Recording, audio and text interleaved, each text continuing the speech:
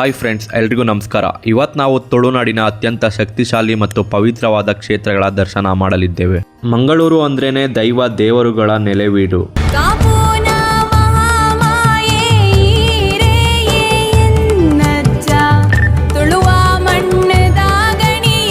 ಇವತ್ತಿನ ನಮ್ಮ ಈ ಯಾತ್ರೆಯಲ್ಲಿ ನಾವು ಆದಿಸ್ಥಳ ಸ್ವಾಮಿ ಕೊರಗಜ್ಜನ ಸನ್ನಿಧಿ, ಇತಿಹಾಸ ಪ್ರಸಿದ್ಧವಾದ ಕದ್ರಿ ಮಂಜುನಾಥ, ಹಾಗೆ ಯೋಗೀಶ್ವರ ಮಠ, ಸುಂದರವಾದ ಕುದ್ರೋಳಿ ಗೋಕರ್ಣನಾಥ ಮತ್ತೆ ಮಂಗಳೂರಿಗೆ ಹೆಸರು ತಂದುಕೊಟ್ಟಂತಹ ತಾಯಿ ಮಂಗಳಾದೇವಿಯ ದರ್ಶನ ಮಾಡಲಿದ್ದೇವೆ. ಬನ್ನಿ ಈ ಪುಣ್ಯ ಯಾತ್ರೆಯನ್ನ ಶುರು ಮಾಡೋಣ.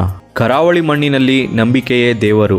ಇಲ್ಲಿನ ದೈವಗಳ ಕಾರಣಿಕಕ್ಕೆ ತಲೆಬಾಗದವರೇ ಇಲ್ಲ. ನಮ್ಮ ಈ ಯಾತ್ರೆ ಶುರುವಾಗಿದ್ದು ಮಂಗಳೂರು ನಗರದಿಂದ ಸ್ವಲ್ಪವೇ ದೂರದಲ್ಲಿರುವ ಕುತಾರ್ನ ಆದಿಸ್ಥಳ ಸ್ವಾಮಿ ಕೊರಗಜ್ಜನ ಸನ್ನಿಧಿಯಿಂದ.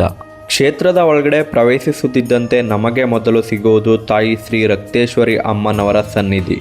ತುಳುನಾಡಿನಲ್ಲಿ ರಕ್ತೇಶ್ವರಿ ಅಮ್ಮನವರು ಉಗ್ರ ಸ್ವರೂಪಿಣಿಯಾದರೂ ಬರುವ ಭಕ್ತರಿಗೆ ತಾಯಿಯಂತೆ ಕಾಯುವ ಶಕ್ತಿ ಎಂದು ಪೂಜಿಸಲಾಗುತ್ತದೆ. ಕುತಾರ್ ಕ್ಷೇತ್ರದಲ್ಲಿ ಕೊರಗಜ್ಜನ ದರ್ಶನ ಪಡೆಯುವ ಮುನ್ನ ನಾವು ಸ್ಮರಿಸಬೇಕಾದದ್ದು ಬೇರ್ಮರ್ ಮತ್ತು ಏಳ್ವರ್ ಸಿರಿಗಳನ್ನ. ಇಲ್ಲಿನ ಪ್ರಧಾನ ಶಕ್ತಿಯೇ ರಾಜನ್ ದೈವ. ಪಂಜಂದಾಯ ಈ ಕ್ಷೇತ್ರದ ರಕ್ಷಕರು. ಬೇರ್ಮರ್ ತುಳುನಾಡಿನ ದೈವಾರಾಧನೆಯಲ್ಲಿ ಪ್ರಧಾನ ಸ್ಥಾನವನ್ನು ಹೊಂದಿರುವ ದೈವ. ಊರಿನ ರಕ್ಷಕನಾಗಿ ಬೇರ್ಮರ್ ದೈವ ಇಲ್ಲಿ ಪೂಜೆಗೊಳ್ಳುತ್ತಾರೆ. ಇಲ್ಲಿ ಕೇವಲ ಕೊರಗಜ್ಜ ಮಾತ್ರವಲ್ಲ, ಪರಿವಾರ ದೈವಗಳಾದ ಏಳ್ವರ್ ಸಿರಿಗಳು ಕೂಡ ನೆಲೆಸಿದ್ದಾರೆ. ತುಳುನಾಡಿನ ಸಿರಿ ಆರಾಧನೆಯು ಬಹಳ ವಿಶೇಷವಾದದ್ದು. ಇಲ್ಲಿನ ಮಣ್ಣಿನ ಕಾವಲುಗಾರರಂತೆ ಏಳ್ವರ್ ಸಿರಿಗಳು ನೆಲೆಸಿದ್ದಾರೆ. ತುಳುನಾಡಿನ ನಂಬಿಕೆಯ ಪ್ರಕಾರ ಬೇರ್ಮರ್ ಮತ್ತು ಏಳ್ವರ್ ಸಿರಿಗಳ ಅನುಮತಿ ಇಲ್ಲದೆ ಈ ಕ್ಷೇತ್ರದಲ್ಲಿ ಒಂದು ಎಲೆ ಕೂಡ ಅಲಗಾಡಲ್ಲ. ಕೊರಗಜ್ಜನಿಗೂ ಕೂಡ ಇವರೇ ಆಶ್ರಯ ನೀಡಿದವರು ಎಂಬ ನಂಬಿಕೆ ಇದೆ. ಹಾಗಾಗಿ ಇಲ್ಲಿಗೆ ಬರೋ ಭಕ್ತರು ಮೊದಲು ಮೂಲ ದೈವಗಳಿಗೆ ನಮಸ್ಕರಿಸಿ ನಂತರ ಅಜ್ಜನ ಬಳಿ ಕೋರಿಕೆ ಇಡುತ್ತಾರೆ. ಈಗ ನಾವು ಕ್ಷೇತ್ರದ ಮುಖ್ಯ ಆಕರ್ಷಣೆ ಆಪತ್ ಬಾಂಧವ ಸ್ವಾಮಿ ಕೊರಗಜ್ಜನ ಸನ್ನಿಧಿಯಲ್ಲಿದ್ದೇವೆ. ಕೊರಗಜ್ಜ ಅಂದರೆ ಸರಳತೆಯ ದೈವ. ಇವರಿಗೆ ಯಾವುದೇ ಆಡಂಬರದ ಪೂಜೆ ಬೇಕಿಲ್ಲ. ಕಳೆದು ಹೋದ ವಸ್ತುಗಳು ಸಿಗಲು, ಆರೋಗ್ಯ ಸಮಸ್ಯೆಗಳು ದೂರವಾಗಲು, ಕೋರ್ಟ್ ಕೇಸ್ ಅಥವಾ ಸಾಲದ ಬಾಧೆ ಇದ್ದರೆ ಇಲ್ಲಿಗೆ ಬಂದು ಅಜ್ಜನನ್ನು ಕಷ್ಟ ಪರಿಹರಿಸು ಎಂದು ಹರಕೆ ಹೊತ್ತರೆ ಸಾಕು. ಕೆಲವೇ ದಿನಗಳಲ್ಲಿ ಪವಾಡ ನಡೆಯುತ್ತದೆ ಎಂಬುದು ಇಲ್ಲಿನ ಲಕ್ಷಾಂತರ ಭಕ್ತರ ನಂಬಿಕೆ. ಮನಪೂರ್ವಕವಾಗಿ ಹೂವು, ಚಕ್ಕುಲಿ, ವಿಳೆದೆಲೆ, ಅಡಿಕೆ ಮತ್ತೆ ಸರಾಯಿ ಇಟ್ಟರೆ ಸಾಕು, ಭಕ್ತರ ಕರೆಯನ್ನ ಸ್ವಾಮಿ ಕೊರಗಜ್ಜ ಓಗೊಟ್ಟು ಕೇಳುತ್ತಾರೆ.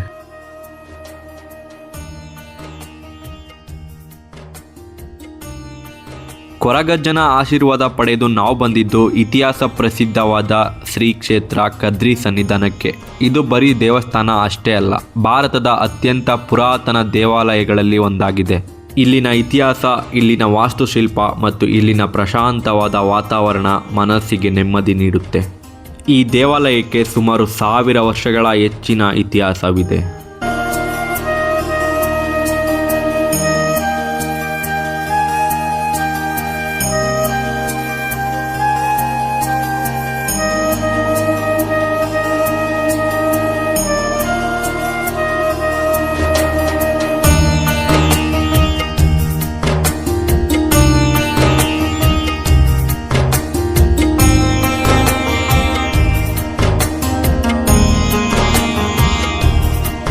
ನಾವು ದೇವಸ್ಥಾನದ ಒಳಗೆ ಹೋಗುವುದಕ್ಕೂ ಮುಂಚೆ ಇಲ್ಲೊಂದು ಪ್ರಕೃತಿ ವಿಸ್ಮಯವಿದೆ. ಅದೇ ಇಲ್ಲಿನ ಪವಿತ್ರವಾದ ತೀರ್ಥ ಕೊಳಗಳು. ಈ ನೀರಿನ ಮೂಲ ಎಲ್ಲಿಂದ ಬರುತ್ತೆ ಅನ್ನೋದು ಇವತ್ತಿಗೂ ಒಂದು ಸೋಜಿಗ. ದೇವಸ್ಥಾನದ ಹಿಂಭಾಗದಲ್ಲೇ ಸ್ವಲ್ಪ ಎತ್ತರದಲ್ಲಿ ಈ ಪವಿತ್ರ ತೀರ್ಥಗಳು ನೆಲೆಸಿವೆ. ಈ ನೀರು ಸಹ್ಯಾದ್ರಿ ಬೆಟ್ಟಗಳ ತಪ್ಪಲಿನಿಂದ ನೈಸರ್ಗಿಕವಾಗಿ ಹರಿದು ಬರುತ್ತೆ ಅಂತ ಹೇಳಲಾಗುತ್ತದೆ. ಇಲ್ಲಿನ ವಿಶೇಷ ಏನಂದ್ರೆ, ಎಷ್ಟೇ ಬೇಸಿಗೆ ಇದ್ರೂ ಇಲ್ಲಿನ ನೀರಿನ ಹರಿವು ಯಾವತ್ತೂ ನಿಲ್ಲೋದಿಲ್ಲ. ಇಲ್ಲಿನ ನೀರಿನಲ್ಲಿ ಸ್ನಾನ ಮಾಡಿದ್ರೆ ಚರ್ಮ ರೋಗಗಳು ನಿವಾರಣೆ ಆಗುತ್ತೆ ಅನ್ನೋದು ಭಕ್ತರ ಬಲವಾದ ನಂಬಿಕೆ.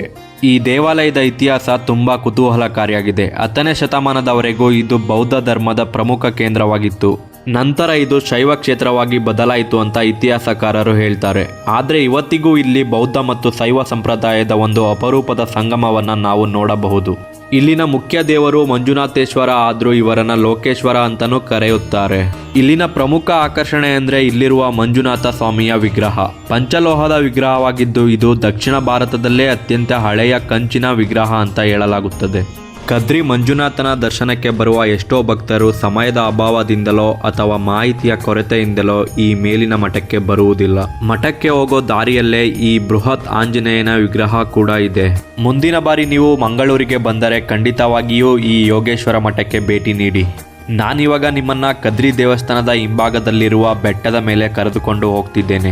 ಇಲ್ಲಿ ಅಡಗಿರುವ ಸಾವಿರಾರು ವರ್ಷಗಳ ಇತಿಹಾಸವಿರುವ ಈ ಜಾಗಕ್ಕೆ ಜೋಗಿ ಮಠ ಅಂತಲೂ ಕರೆಯುತ್ತಾರೆ ಸ್ಥಳೀಯರು. ಇತಿಹಾಸದ ಪ್ರಕಾರ 10ನೇ ಶತಮಾನದ ಸುಮಾರಿಗೆ ಬೌದ್ಧ ಧರ್ಮದ ಪ್ರಭಾವ ಕಡಿಮೆಯಾಗಿ ಶೈವ ಧರ್ಮ ಪ್ರಬಲವಾಯಿತು. ಮತ್ಸ್ಯೇಂದ್ರನಾಥರು ಮತ್ತು ಗೋರಕ್ಷಕನಾಥರು ಈ ಸ್ಥಳದಲ್ಲಿ ತಪಸ್ಸು ಮಾಡಿದರು ಎಂದು ನಂಬಲಾಗಿದೆ. ಇವರು ಸ್ಥಾಪಿಸಿದ ಪಂಥವೇ ನಾಥ ಪಂಥ. ಉತ್ತರ ಭಾರತದ ಕಾಶಿ ಮತ್ತು ನೇಪಾಳದಲ್ಲಿ ಕಂಡುಬರುವ ಸಾಧುಗಳ ಪರಂಪರೆಯನ್ನು ನಾವು ಇಲ್ಲೇ ಮಂಗಳೂರಿನಲ್ಲೇ ಕಾಣಬಹುದು. ಇಲ್ಲಿನ ಆರಾಧ್ಯ ದೈವ ಕಾಲಭೈರವ. ಇಲ್ಲಿನ ವಾತಾವರಣ ನೋಡಿ, ಕೆಳಗೆ ನಗರದ ಗದ್ದಲವಿದ್ದರೂ ಇಲ್ಲಿ ಮೇಲೇರುತ್ತಿದ್ದಂತೆ ಒಂದು ರೀತಿಯ ಪ್ರಶಾಂತತೆ ಆವರಿಸುತ್ತದೆ. ಹಿಂದೆ ಋಷಿ ಮುನಿಗಳು ತಪಸ್ಸು ಮಾಡಲು ಈ ಜಾಗವನ್ನೇ ಯಾಕೆ ಆರಿಸಿಕೊಂಡರು ಅಂತ ಇಲ್ಲಿಗೆ ಬಂದರೆ ಅರ್ಥವಾಗುತ್ತದೆ. ನಾವೀಗ ಯೋಗೇಶ್ವರ ಮಠದ ಆವರಣದಲ್ಲಿದ್ದೇವೆ. ಈ ಮಠಕ್ಕೆ ದಕ್ಷಿಣ ಭಾರತದ ಅತಿ ಪ್ರಮುಖವಾದ ನಾಥ ಪಂಥದ ಕೇಂದ್ರ ಎಂಬ ಹೆಗ್ಗಳಿಕೆ ಇದೆ. ಈ ಮಠದ ಮತ್ತೊಂದು ವಿಶೇಷವೆಂದರೆ ಇಲ್ಲಿನ ರಾಜರು. ಹೌದು, ಈ ಮಠದ ಮುಖ್ಯಸ್ಥರನ್ನ ರಾಜ ಎಂದು ಕರೆಯುತ್ತಾರೆ. ಇವರ ಆಯ್ಕೆ ಪ್ರಕ್ರಿಯೆಯೇ ಬಹಳ ಸ್ವಾರಸ್ಯಕರ. ಪ್ರತಿ 12 ವರ್ಷಗಳಿಗೊಮ್ಮೆ ನಾಸಿಕ್ನಲ್ಲಿ ನಡೆಯುವ ಕುಂಭಮೇಳದಲ್ಲಿ ಈ ಮಠಕ್ಕೆ ಹೊಸ ರಾಜರನ್ನ ಆಯ್ಕೆ ಮಾಡಲಾಗುತ್ತದೆ. ಅವರು ಉತ್ತರ ಭಾರತದಿಂದ ಕಾಲ್ನಡಿಗೆಯ ಮೂಲಕ ಮಂಗಳೂರಿಗೆ ಬರುತ್ತಾರೆ. ತ್ರಯಂಬಕೇಶ್ವರನ ಸನ್ನಿಧಿಯಿಂದ ಆಯ್ಕೆಯಾಗಿ ಬರುವ ಇವರು ಪಟ್ಟಾಭಿಷೇಕದ ನಂತರ ಮಠದ ಜವಾಬ್ದಾರಿಯನ್ನು ವಹಿಸಿಕೊಳ್ಳುತ್ತಾರೆ. ಉತ್ತರ ಭಾರತ ಮತ್ತು ದಕ್ಷಿಣ ಭಾರತದ ಸಂಸ್ಕೃತಿಯ ಬೆಸುಗೆಗೆ ಈ ಮಠ ಸಾಕ್ಷಿಯಾಗಿದೆ. ಚಂದ್ರಚೂಡ ಶಿವಶಂಕರ ಪಾರ್ವತಿ ರಮಣ ನಿನಗೆ ನಮೋ ನಮೋ. ಚಂದ್ರಚೂಡ ಶಿವಶಂಕರ ಪಾರ್ವತಿ ರಮಣ ನಿನಗೆ ನಮೋ ನಮೋ. ಸುಂದರತರ ಪಿನಾಕ ಧರ ಹರ ಸುಂದರತರ ಪಿನಾಕ ಧರ ಹರ ಗಂಗಾಧರ ಗಜ ಚರ್ಮಾಂಬರಧರ ಗಂಗಾಧರ ಗಜ ಚರ್ಮಾಂಬರಧರ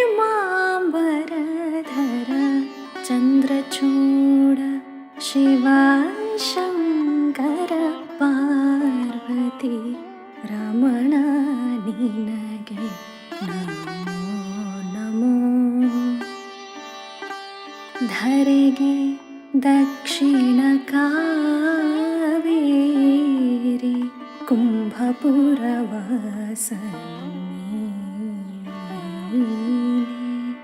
ಧರೆಗೆ ದಕ್ಷಿಣ ಕಾವೇರಿ ಕುಂಭಪುರವಾಸನೆ.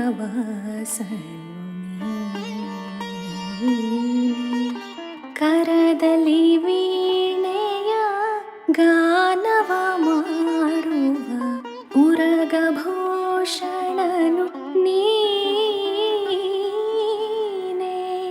ಕರದಲ್ಲಿ ವೀಣೆಯ ಗಾನವ ಮಾಡುವ ಉರಗಭೂಷಣನು ನೀನೆ. ಕೊರಳೊಳು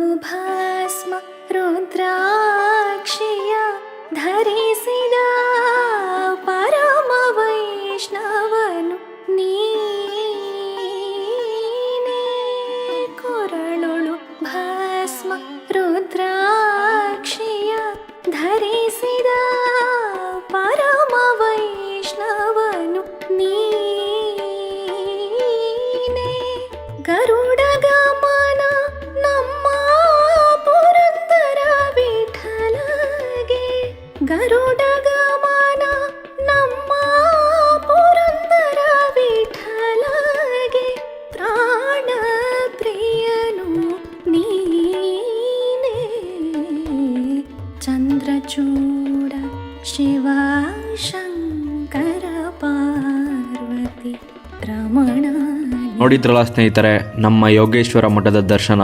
ನಿಜವಾಗ್ಲೂ ಒಂದ್ಸಲ ನೀವು ಇಲ್ಲಿಗೆ ಭೇಟಿ ನೀಡಿ, ಇಲ್ಲಿನ ಶಾಂತತೆಯನ್ನು ಅನುಭವಿಸಿ ಅಂತ ನಾನು ಹೇಳ್ತೀನಿ. ಮೇಲ್ಗಡೆ ಬೆಟ್ಟದಲ್ಲಿ ಹಾಗೆ ಪಾಂಡವರ ಗುಹೆಗಳು ಇದ್ದಾವೆ, ಅದನ್ನು ಒಂದ್ಸಲ ಭೇಟಿ ನೀಡಿ.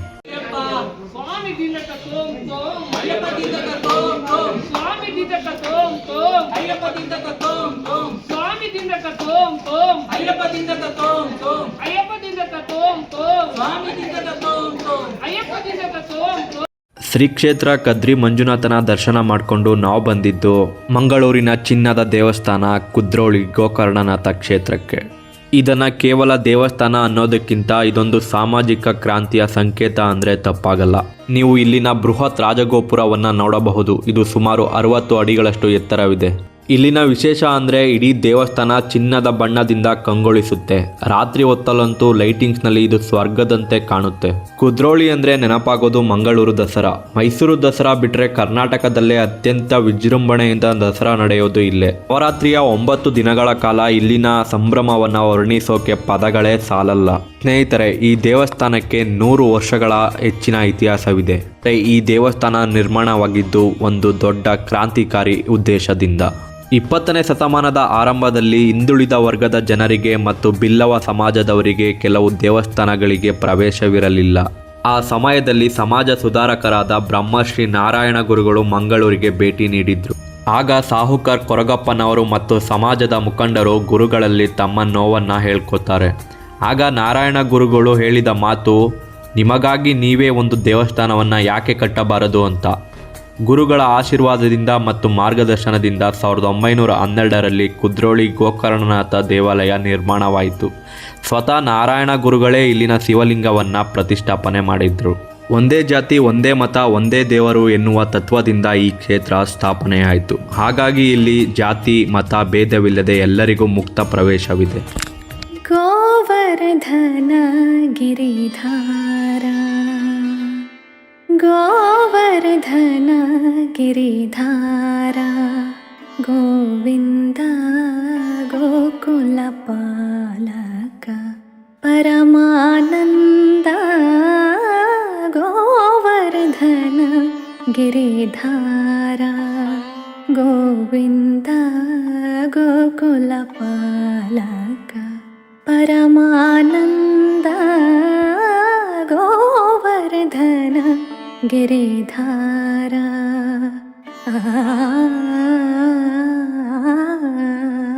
ಮಾದೇವ ಮಾದೇವ ಮಾದೇವ ಮಾದೇವ ಮಾದೇವ ಮಾದೇವ ಮಾದೇವ ಮಾದೇವ. ಸೋಜುಗಾದ ಸೂಜು ಮಲ್ಲಿಗೆ ಮಾದೇವ ನಿಮ್ಮ ಮಂಡೆ ಮ್ಯಾಲೆ ದುಂಡು ಮಲ್ಲಿಗೆ. ಸೋಜುಗಾದ ಸೂಜು ಮಲ್ಲಿಗೆ ಮಾದೇವ ನಿಮ್ಮ ಮಂಡೆ ಮ್ಯಾಲೆ ದುಂಡು ಮಲ್ಲಿಗೆ. ಅಂದಾವರೆ ಮುಂದಾವರೆ ಮತ್ತೆ ತಾವರೆ ಪುಷ್ಪ, ಚಂದಕ್ಕಿ ಮಾಲೆ ಬಿಲ್ಪತ್ರೆ ಮಾದೇವ ನಿಮ್ಗೆ. ಚಂದಕ್ಕಿ ಮಾಲೆ ಬಿಲ್ಪತ್ರೆ ತುಳಸಿದ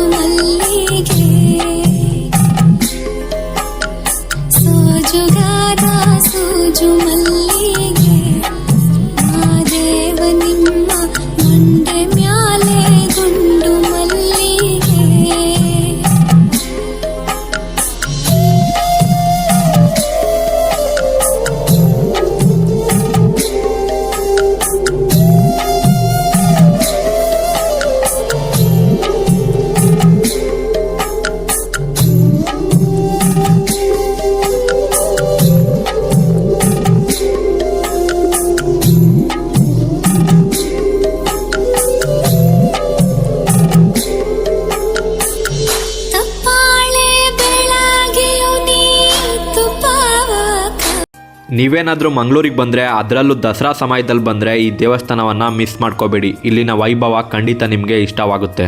ಕೊನೆಯದಾಗಿ ನಾವು ಬಂದಿದ್ದು ಈ ಕರಾವಳಿ ನಗರಕ್ಕೆ ಮಂಗಳೂರು ಅಂತ ಹೆಸರು ಬರಲು ಕಾರಣವಾಗಿರೋ ಶ್ರೀ ಮಂಗಳಾದೇವಿ ದೇವಾಲಯಕ್ಕೆ. ಸುಮಾರು 9ನೇ ಶತಮಾನದ ಇತಿಹಾಸವಿರುವ ಈ ಕ್ಷೇತ್ರ ದಕ್ಷಿಣ ಭಾರತದ ಪ್ರಬಲ ಶಕ್ತಿಪೀಠಗಳಲ್ಲಿ ಒಂದು. ದೇವಸ್ಥಾನದ ಗರ್ಭಗುಡಿಯ ಒಳಗಡೆ ಕ್ಯಾಮ್ರಾ ನಿಷೇಧವಿದ್ದ ಕಾರಣ ಜಾಸ್ತಿ ನಿಮಿಷ ವಿಡಿಯೋ ಮಾಡೋಕ್ಕಾಗಿಲ್ಲ. ಆದರೆ ನಂಬಿ, ಆ ದೀಪದ ಬೆಳಕಲ್ಲಿ ತಾಯಿಯ ಮೂರ್ತಿಯನ್ನು ನೋಡೋ ಆ ಕ್ಷಣ ಇದೆಯಲ್ಲ, ಅದನ್ನು ಕಣ್ಣಲ್ಲಿ ತುಂಬಿಕೊಂಡು ಮನಸ್ಸಲ್ಲಿ ಅನುಭವಿಸಬೇಕು. ಆ ವೈಬ್ರೇಷನ್ ಮತ್ತು ಆ ದಿವ್ಯ ಅನುಭವ ರೋಮಾಂಚನಕಾರಿ. ಪುಣ್ಯಕ್ಷೇತ್ರಗಳ ದರ್ಶನನ ನಿಮಗೇನಾದರೂ ಈ ವಿಡಿಯೋ ಇಷ್ಟ ಆಗಿದ್ದರೆ ವಿಡಿಯೋಗೊಂದು ಲೈಕ್ ಮಾಡಿ, ಹಾಗೆ ನಮ್ಮ ಚಾನಲ್ನ ಸಬ್ಸ್ಕ್ರೈಬ್ ಮಾಡಿ. ಮುಂದಿನ ವಿಡಿಯೋದಲ್ಲಿ ಸಿಗೋಣ.